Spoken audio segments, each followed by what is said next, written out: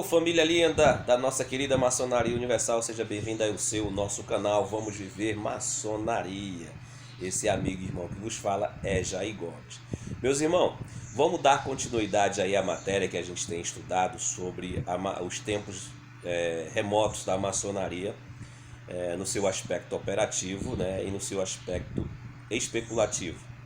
E que hoje a instituição maçônica, nessa vivência especulativa, tem nos levado a acreditar que a mesma tem uma originalidade dentro dos maçons que viviam, de certa forma, organizado dentro de uma corporação de ofício.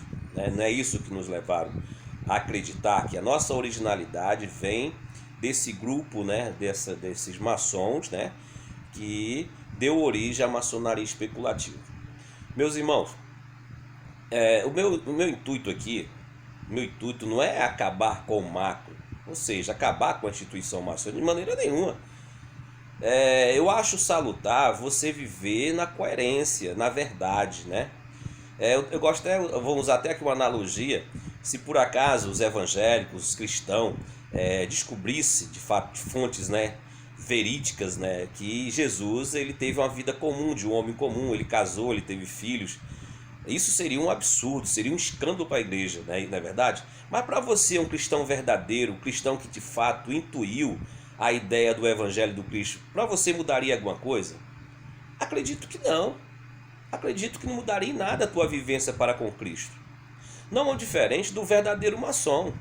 Não importa como isso deu originalidade, mas o que importa é que a gente viva de fato a ideia que nos foi apresentada.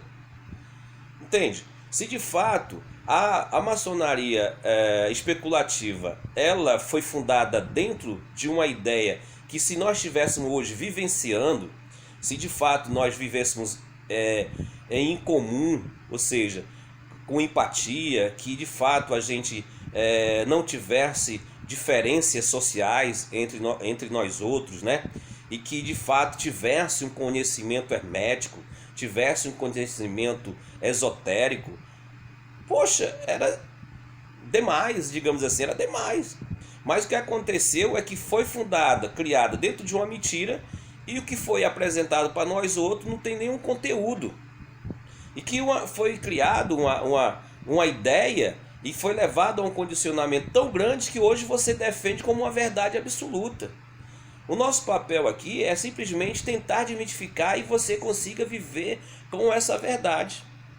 Porque para mim tanto faz ela ter começado de fato com essa originalidade operativa, ou ela ter surgido de fato já com essa originalidade do que hoje a gente vivencia. Para mim tanto faz. O que eu vivo e quero viver é a ideia que me foi apresentada, entendeu? A vivência no amor, o compartilhar do pão, o acolhimento e etc. É isso que eu quero viver e estou vivenciando entre meus irmãos da Guerreiros da Luz e da Liberdade. Mas vamos lá, vamos tentar, de forma bastante pedagógica, tentar desmistificar essa ideia que chegou até nós. Veja bem, voltemos aí novamente aos anos de 1600, 1700 e etc. Né? Voltemos aí, volte aí no passado aí. Ora, nós somos sabedores que essa forma institucional de maçonaria, como hoje nós vivenciamos, ela não existia.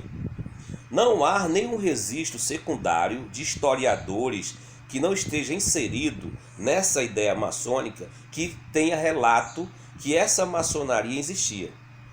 O único relato que nós temos escrito que essa maçonaria que hoje nós conhecemos é de James Anderson, em 1727, 28 ali, quando ele é chamado a criar as constituições, né, as leis da maçonaria institucional especulativa.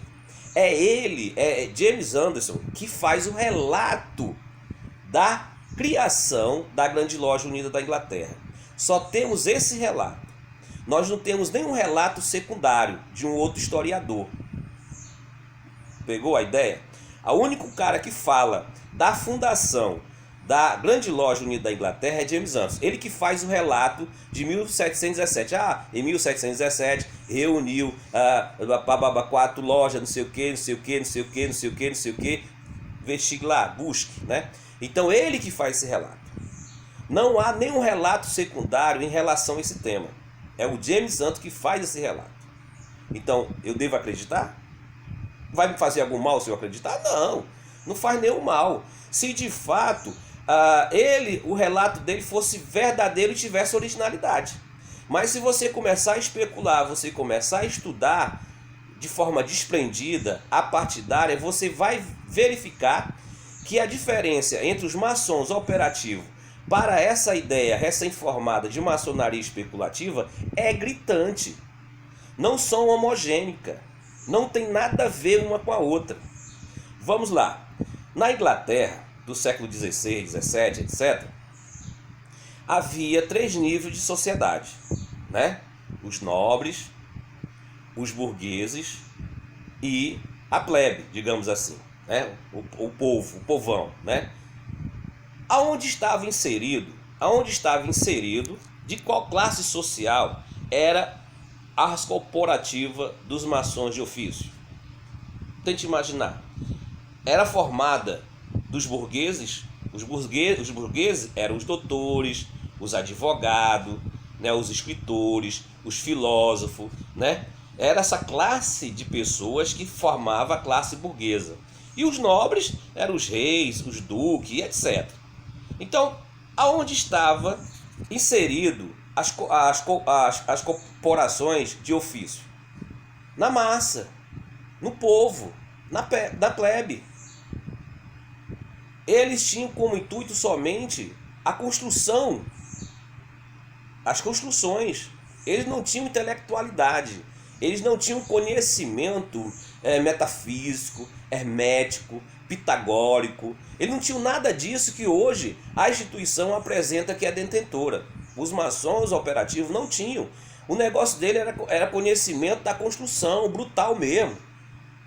Eles tinham, agora o que sustentava ele era um código de moral e ética que eles trouxeram para si mesmo, baseado naquilo que eu estou falando, aonde ele está, a religião a qual ele estava inserido, que era o cristianismo. Então é gritante a forma que é apresentada de maçonaria especulativa para os maçons de fato operativos. Vamos lá, continuando. No século XVI, olha só, acompanha o meu raciocínio que você vai entender da onde surgiu a maçonaria especulativa. De qual grupo nasce essa ideia especulativa de maçonaria? Onde nasce a maçonaria, certo? Você vai ter a ideia. Em 1635, 36, se me falha a memória, rolou um grande manifesto na Europa, né, principalmente em Paris, dos Rosacruzes, de uma ordem mística, né, dos Rosacruzes. Esse manifesto chama a atenção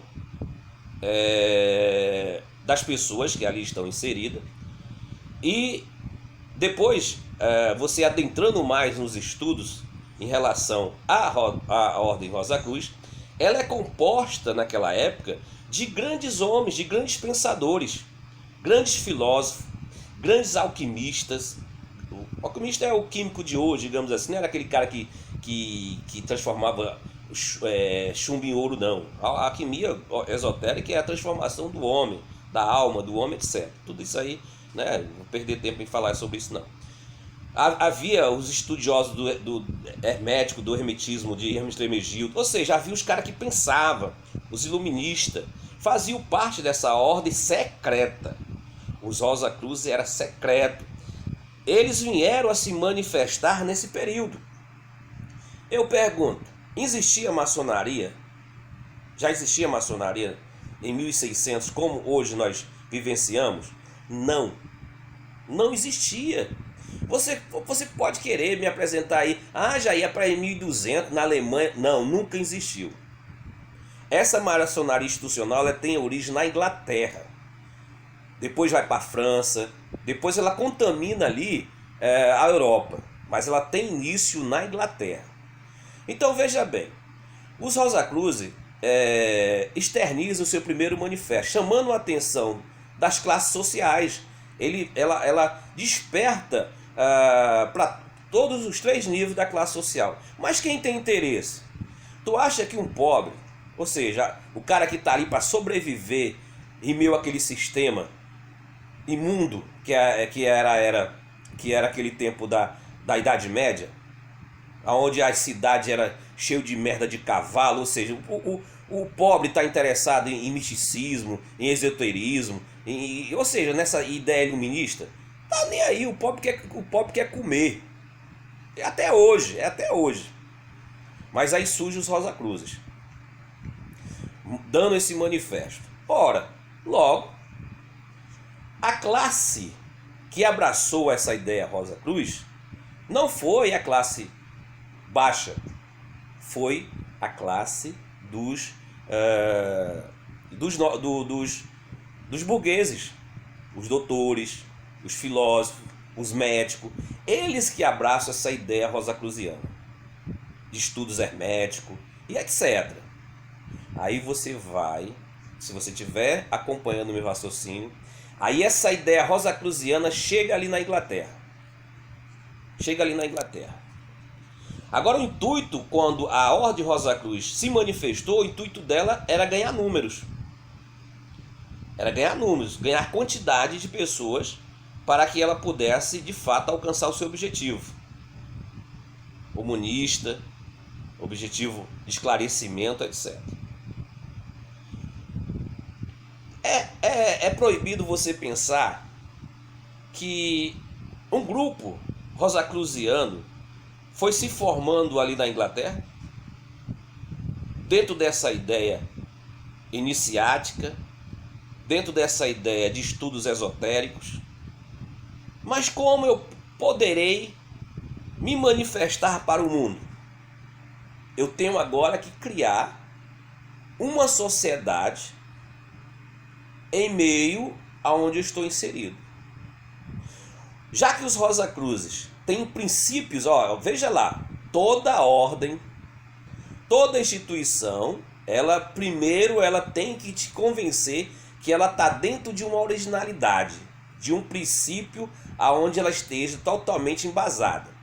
Ao Rhodes Rosacruz, os Rosacruzes apresentam a sua originalidade. Olha, os nossos segredos vêm do Egito, lá do antigo Egito, lá de Hermes Trismegisto. Nós somos detentores desse segredo. Rapaz, isso aguça a tua curiosidade. Isso deixa você, rapaz, então eu tenho que participar dessa ordem. Eu tenho que descobrir o que está acontecendo. Eu tenho que descobrir esses segredos. Agora, eu não quero ter simplesmente essa ideia de estudo humanista. Eu quero, estou falando na primeira pessoa, para você entender como foi surgindo as ideias institucionais da maçonaria especulativa. Poxa, eu quero sim ganhar, digamos, um nível social dentro da Inglaterra. Eu sou burguês. O meu acesso aos nobres é limitado. Mas, lembra lá que eu falei que uma ideia começa pelo indivíduo? Mas, se eu copiar e colar essa ideia rosacruziana e apresentar aqui no meio dos homens que gostam de pensar, eu posso assim criar uma instituição a qual eu posso me elevar em níveis sociais e chegar até a nobreza. Tá acompanhando? Então, em 1717, o único cara que diz, volta a dizer, que se dá início à fundação desse sistema institucional é James Anderson. Se você tiver um outro aí, por favor, me apresente. Mas, segundo os estudos que eu fiz, eu só encontrei um relato escrito de James Anderson. Não tem um outro relato que não seja dele. Ele diz que essa maçonaria foi fundada em 1717. Agora, olha só. Os caras que ele apresenta nessa fundação são os burgueses. São os caras que pensavam. Aí você quer que eu acredite que houve uma palavra mágica, houve o pilim-pim-pim e o abracadabra. Os maçons operativos das corporações de ofício, de uma hora para outra, se tornaram burgueses. Não, Jair, não foi assim não, Jair. Foi o seguinte, os burgueses foram iniciados pelos maçons operativos. Porra, meu irmão, aí tu tá me chamando de ignorante, de burro. Onde é que um burguês é se misturar com a plebe? A profissão de pedreiro era considerada uma profissão inferior. Onde é que eu sou filósofo, sou doutor, eu vou me misturar com os pedreiros? Eu vou ter que criar uma instituição para mim. Você captou a ideia? Eu vou ter que criar uma instituição para mim. Eu não vou me misturar com os plebeus. Não vou. Aí você querer fazer eu acreditar que foi os burgueses que iniciaram, foram lá nas guildas, nas corporações de ofício e pediram para trabalhar no pesado, porque a originalidade dos pedreiros é trabalhar. Ele não tinha tempo para estudar misticismo não, para estudar, ou seja, hermetismo não, alquimia. Não tem, você não tem, aqueles que gostam de provas de papel, né, relatos escritos, você não tem como provar que os maçons operativos se interessavam por estudos alquímicos, por estudos herméticos. Ele estava assim inserido dentro daquilo que ele sabia fazer de melhor, que era quebrar pedra, que era construir catedrais e etc. Eles mantinham conhecimento nessa arte real. Aí você acha que um nobre, um burguês ia quebrar pedra, ia passar por todo o processo iniciático dos pedreiros, ser aprendiz, carregar pedra na cabeça, quebrar pedra, para alcançar, ou seja, o nível de mestre? Sem lógico, não tem lógica. É a mesma coisa se eu chegar para você hoje aqui, você que é engenheiro civil, e você vai para dentro de uma obra, você foi chamado para fazer toda a engenharia de uma obra, né? De uma obra, e você chegar lá, você vai sentar tijolo. Você vai sentar tijolo? Você como engenheiro civil? Não vai, quem vai sentar tijolo não é os mestres, não é os pedreiros? Você vai só mandar. Só mandar. Não, naquele tempo não era diferente. O ser humano não é diferente, meus amigos. Quem muda é o meio. Mas a natureza humana dificilmente muda. Então, naquela época, né, é quase impossível você fazer eu querer acreditar que, de fato, essa maçonaria institucional tem origem dentro desses pedreiros. É mais fácil ela ter origem rosacruziana. Que aí você, como maçom, você vai ver a semelhança gritante entre os maçons de hoje e os rosacruzes. Pum! E aí, tua glândula pineal agora deu um despertamento, não deu? Caralho, já é mesmo. A maçonaria ela tem muita semelhança com os rosacruzes. Não é verdade? As iniciações, os rituais, tudo isso foi criado pela maçonaria institucional. Toda essa ritualística foi criado pela maçonaria institucional. Agora, vamos lá, vamos adentrar. Eu acredito que você já tenha visto que não tem como essa maçonaria especulativa dizer que teve originalidade nos pedreiros, nos maçons operativos. Não tem. Ela nasce ali dentro de uma ideia. Logo quando ela nasce, segundo James Anderson, quando ela se constitui grande loja de Londres, próprio Anderson disse assim, olha, nós criamos uma administração, nós colocamos o mestre mais velho para conduzir a reunião, a assembleia, isso é o relato de James Anderson. Aí, marcamos para o dia 24 de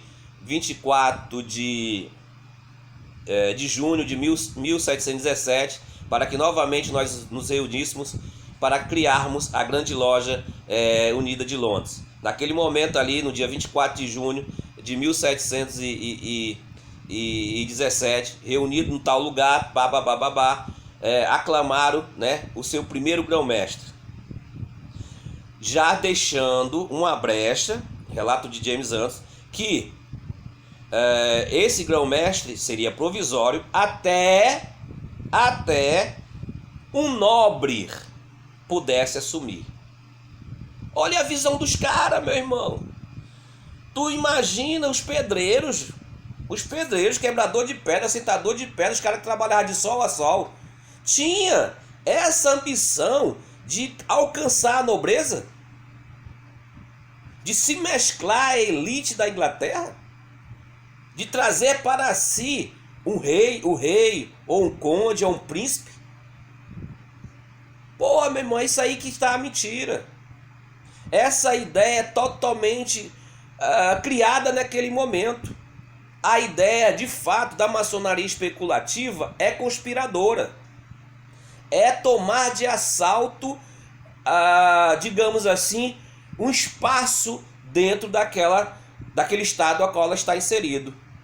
Se tornarem os intocáveis. Vamos lá. Para isso, é necessário que eu mantenha uma forma administrativa de querer fazer com que a minha instituição cresça, tanto em número de pessoas, como em aparência e financeiramente. Enquanto os maçons operativos das corporações de ofício, eles ganhavam para trabalhar. Os maçons ganhavam. O aprendiz tinha o seu salário, o companheiro tinha o seu salário, né? O mestre tinha o seu salário. Agora, com essa ideia institucional, eu tenho que pagar para manter a minha organização, para manter, de fato, os meus objetivos. Porque se você tem uma ambição, se você quer conquistar algo, o dinheiro tem que estar na frente. Então agora não é mais mérito, agora é mercantilismo. O cara galga os graus da maçonaria a qual criaram por meio de pagamentos. Para mim entrar, eu tenho que pagar. Para mim ser elevado, eu tenho que pagar. Para mim ser exaltado, eu tenho que pagar. E quem vai crescendo financeiramente é a instituição a qual eu criei. Logo, chama a atenção dos nobres. Espera aí, então para onde vai esse dinheiro aí que vocês estão arrecadando lá dos pobrezinhos, digamos assim, dos otários? Meu rei, pode ir para o senhor. Se o senhor fizer parte aqui, se o senhor chegar aqui e ser o nosso grão-mestre, a fatia vai ser dividida com o senhor. Eu falo assim de uma forma bem pedagógica, né, para você entender. Então foi só isso que aconteceu. O segundo grão-mestre já era da nobreza. Era o conde não sei de quê. Vai aí no Google aí, tudo aí. Vocês só querem mastigadinho, tudo bem mastigadinho, né? Aí já alcançaram o objetivo, já trouxeram um conde para ser grão-mestre. Tu já mostra aí a elitização da maçonaria institucional. Aí você imagina, quer dizer, os maçons de classe baixa se tornaram agora nacionalmente conhecido dentro da nobreza, respeitado e etc. Não adianta você querer engolir um camelo. É mais fácil, de fato, me convencer dessa forma. Rapaz, a maçonaria, de fato, foi criada nesse objetivo. Nós criamos, nós estávamos lá, e os burgueses, né? Vamos aqui, cara, vamos criar aqui uma instituição copiada. Os Rosacruz estão crescendo, meu irmão. Lá tá fulano, lá tá o cicrano, lá tá o beltrano. Cara, vamos criar aqui um movimento aqui também pra gente... entendeu? Aí por que usar o nome maçonaria? Ora, meu irmão, como eu falei no primeiro vídeo, os maçons da corporativa, eles estavam sendo visualizados. Ele estava tendo uma vida altamente organizada, uma vivência orgânica. Ele se destacava em meio à plebe. Ele era um povo diferenciado. Aí, Não tenho como provar, mas não seria difícil um mestre maçom de uma corporação dessa aceitar o convite para entrar nesse movimento. Eu, como bom político, eu chegaria para um mestre de uma corporação: mestre, é o seguinte, nós estamos fundando aqui uma instituição que nós vamos chamar de maçonaria, copiando os seus exemplos, que é muito salutar, mas o senhor não tem como participar conosco, não? Participar conosco? Todo mundo tem o seu preço. Você pode até estar viajando na maionese, já está falando, cara, eu só quero entender a lógica entre os operativos para uma maçonaria institucional eletizada. Eu não consigo entender. Eu não consigo absorver essa ideia de uma maçonaria operativa para uma maçonaria eletizada. Não queira me fazer acreditar que os burgueses passaram pelo processo iniciático dos maçons operativos. Isso não adianta. Não queira me convencer, não. Era mais fácil um mestre se corromper e vir para esse movimento recente, nascido ali na Europa. Aí eu calo minha boca. De fato. Aí é onde entra o reconhecimento dos toques e as palavras, né? Aí cria esse misticismo, cria essa energia chamativa do segredo, né? E aí vai envolvendo a sociedade, vai envolvendo os nobres, e etc, e ela vai crescendo. A tendência foi só crescer. E quem vinha ganhando com tudo isso? Claro, os cabeças que organizaram. A base que sustenta a pirâmide, ela simplesmente sustenta a pirâmide. Mas quem usufrui, aquilo que eu tenho falado sempre, quem usufrui é aqueles que estão acima da massa. Quem usufruía eram os seus grão-mestrados, juntamente com as séculas que estavam próximos. O povo simplesmente era usado para sustentar o topo da pirâmide. Eu espero, né, ter aqui contribuído, né, para o seu engrandecimento, né, para o seu esclarecimento em relação a essa matéria. O que nos falta hoje? O que nos falta é vivermos maçonaria. Não importa como isso foi fundado, como isso foi criado, mas o importa é a essência de tudo isso. Ora, meus irmãos, se hoje a maçonaria institucional, ela vivesse a essência, a pureza dos maçons operativos, quem iria contra-argumentar? Quem? Se de fato nós tivéssemos uma vida de igualdade, se de fato nós nos ajudássemos uns aos outros, não é isso que chega ao ouvido do curioso, que todo maçom é rico, que todo maçom tem dinheiro, que nós nos ajudamos, que nós nos cuidamos uns dos outros, e etc. Não é isso que chega aguçando a curiosidade durante esses 300 anos de maçonaria institucional, que chega ao ouvido do curioso? Aí quando o cara chega lá, o cara não vê nada, ele vê simplesmente uma cobrança absurda, um condicionamento absurdo.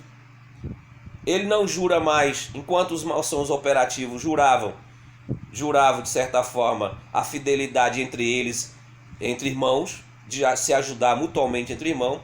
Hoje a primeira coisa que acontece com você no grau de aprendiz, quando você é iniciado, você jura ser fiel à instituição a qual você está sendo iniciado, cegamente. A primeira coisa que te dão de forma condicionada é você obedecer o ditame da instituição, esquecendo assim o seu irmão, atropelando o seu irmão e sendo fiel à instituição. É isso? Eu estou mentindo? Eu estou mentindo? Você não jurou ser fiel à tua instituição? Mas tu vai ter N argumentos contra o que eu estou falando. Tudo bem. Se você é feliz desta forma, que assim seja. O que está acontecendo conosco é aquilo que eu venho falando sempre. Se nós, irmãos da Guerreiros da Luz e da Liberdade, nós quiséssemos ficar dentro desse sistema institucional, nós ficaríamos. A única coisa que nós discordamos desse sistema é o mercantilismo. Nós adotamos todas as questões relacionadas às leis escritas da maçonaria institucional, os rituais e etc. Ah, outra coisa que eu esqueci de falar para vocês. Os rituais que hoje você conhece, né, foram todos criados. Olha aí, veio à memória aqui uma coisa muito interessante.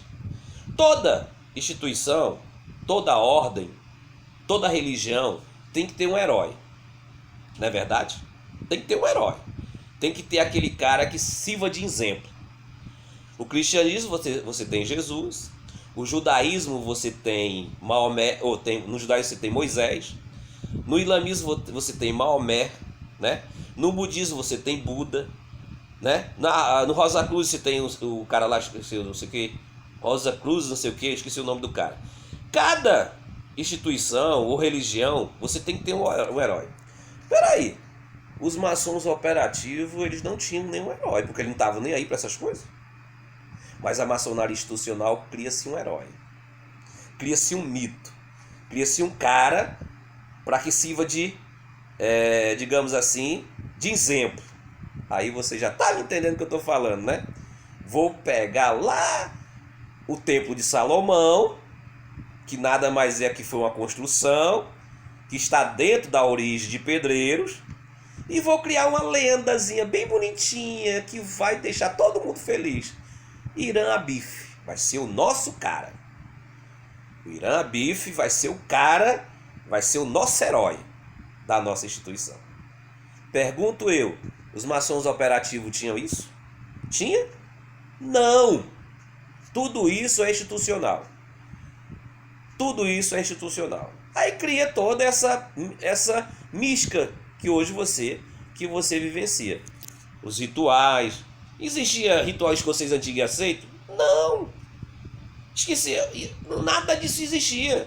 Tudo é criação da maçonaria institucional. Foram inteligentes. Muito inteligentes os maçons que criaram essa instituição. Que eu tiro o meu chapéu. Que, meu irmão, para você levar milhares de pessoas a acreditar, é um Edir Macedo. É um Edir Macedo. Principalmente pagando para estar dentro dessa instituição. Aí voltando o que eu estava falando, nós da Guerreiros da Luz, nós simplesmente acabamos com o mercantilismo. Nós estamos vivendo essa ideia de instituição maçônica, digamos assim, dentro da toda essa tradição que veio até nós, de iniciação, de elevação, de exaltação, só acabamos com a questão do mestre talado, que foi uma criação recentemente pelas grandes lojas brasileiras. Aí, ó, tudo criaçãozinha para ganhar dinheiro. Hoje a instalação de um mestre, para instalar um mestre, é quase 1.700 conto. Por que não é de graça? Por que não fazem de graça? Por que não fazem iniciação de graça? Por que não fazem elevação de graça? Exaltação de graça? Por que tem que ser pago? Você não se pergunta não, meu irmão. Se pergunte. Não, mas para você tá tudo bem, tá tudo beleza. Meu espírito revoltoso, a minha gravidez de conhecimento filosófico, eu não consigo suportar essas coisas. Então nós, da Guerreira da Luz, nós viemos para desmistificar essas coisas, simplesmente. Acabar com o mercantilismo da maçonaria institucional e voltarmos uma vivência na ideia da maçonaria operativa, ou seja, uma vivência entre irmãos. O que nós queremos é irmãos. Nós não estamos aqui para vender livros, para vender... ou seja, como vocês já sabem, nós queremos viver maçonaria. Espero ter contribuído. Esse é o último vídeo dessa série, né? Maçonaria é uma mentira, né? O título é mais para chamar a tua atenção.